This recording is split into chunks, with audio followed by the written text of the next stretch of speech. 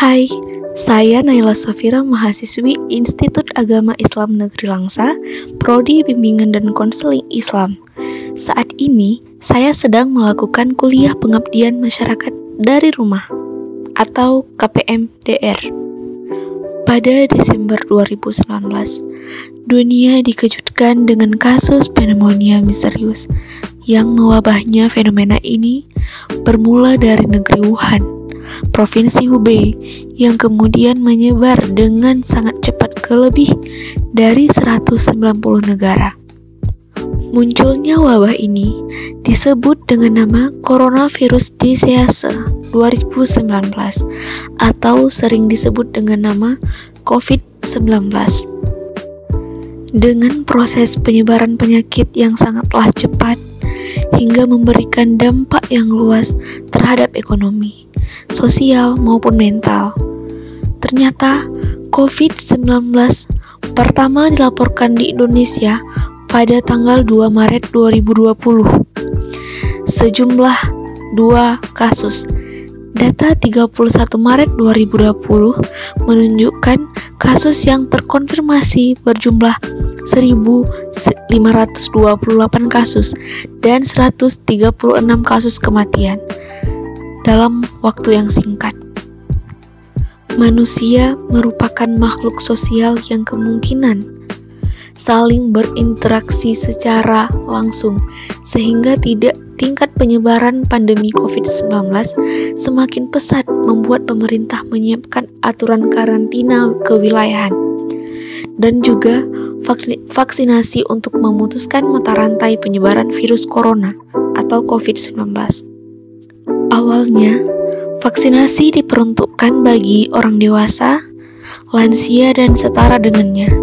Namun, dengan sangat menipisnya perubahan yang terjadi setelah vaksinasi dilakukan, sekarang pemerintah mengeluarkan peraturan baru, yang mana peraturan vaksinasi ini wajib dipatuhi untuk memutuskan mata rantai penyebaran virus COVID-19.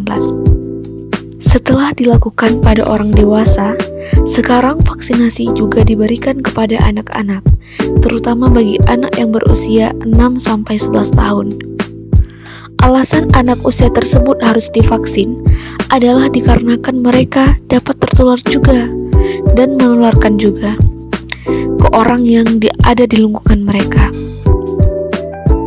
Namun, berdasarkan data yang telah dimiliki, sekitar 50% orang tua masih menolak anaknya untuk sekolah tatap muka dan juga untuk melakukan vaksinasi terhadap si anak. Padahal, menurut pemerintah, jika program vaksinasi anak bisa segera dilakukan, mungkin indeks harapan hidup yang mana 2 tahun ke belakang mengalami penurunan yang drastis mungkin akan segera meningkat pula.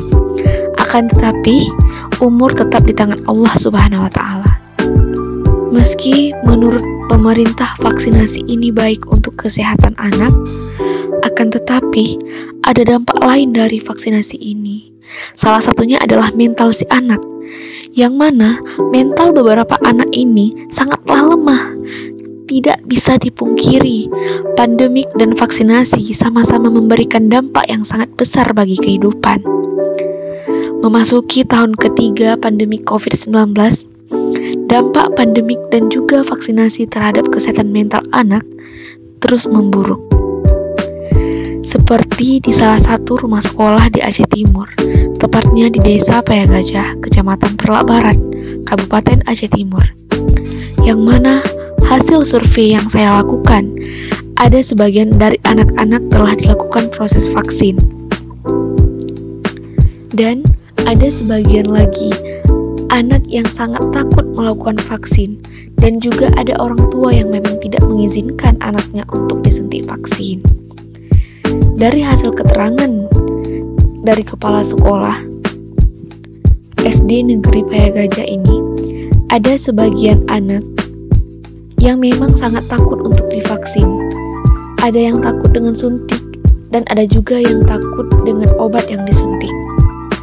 Dengan dunia digital yang di zaman sekarang tidak asing lagi bagi anak-anak, mereka ternyata mencari tahu melalui media sosial tentang vaksin dan juga tentang dampak setelah divaksin. Mungkin dampak yang tidak baik yang ada di media sosial dapat dengan mudahnya ditepis oleh orang dewasa, namun tidak dengan anak-anak tersebut. Setelah mereka mendengar dan membaca dampak yang beredar di media sosial, membuat mental mereka sangat takut, sangat lemah untuk disuntik. Inilah yang disebut dengan menurunnya mental si anak, sehingga mengakibatkan si anak tidak mau ikut belajar tatap muka dengan teman-temannya yang lain. Alasan mereka karena mereka takut untuk disuntik. Mereka memilih libur hanya karena takut disuntik vaksin, dan juga ada sebagian anak yang mengeluarkan statement bahwa mereka lebih baik tidak sekolah daripada harus disuntik vaksin. Sangat disayangkan bukan? Karena kurangnya pemahaman anak tentang vaksin, sehingga membuat mental si anak ini down atau menurunnya mental si anak. Menjaga kesehatan mental merupakan suatu hal yang sangat penting, dikarenakan kesehatan mental yang baik memungkinkan anak-anak untuk mengembangkan ketahanan dan menghadapi apapun yang terjadi di kehidupan mereka, serta memungkinkan anak untuk tumbuh sehat dan cerdas. Menurut laman Centers for Disease Control atau CDC mengatakan, jika kesehatan mental itu mencakup kesejahteraan emosional, psikologis juga sosial, semua itu bisa mempengaruhi cara seseorang berpikir, merasa, dan juga bertindak. Nah, kesehatan mental sangatlah penting dalam setiap tahap kehidupan, dari mulai masa anak-anak, remaja hingga dewasa, dikarenakan kurangnya kesehatan mental seperti depresi, stres, bisa memicu penyakit fisik lainnya, seperti stroke, diabetes, dan penyakit jantung. Semoga kita dapat terhindar dari segala penyakit tersebut. Mari menjaga kesehatan di era milenial, dan mari menjaga kesehatan di masa-masa Indonesia yang sangat sulit ini, di masa penyebaran virus ini. Mari menyadarkan diri akan pentingnya sebuah kesehatan, mau itu kesehatan mental dan juga kesehatan fisik.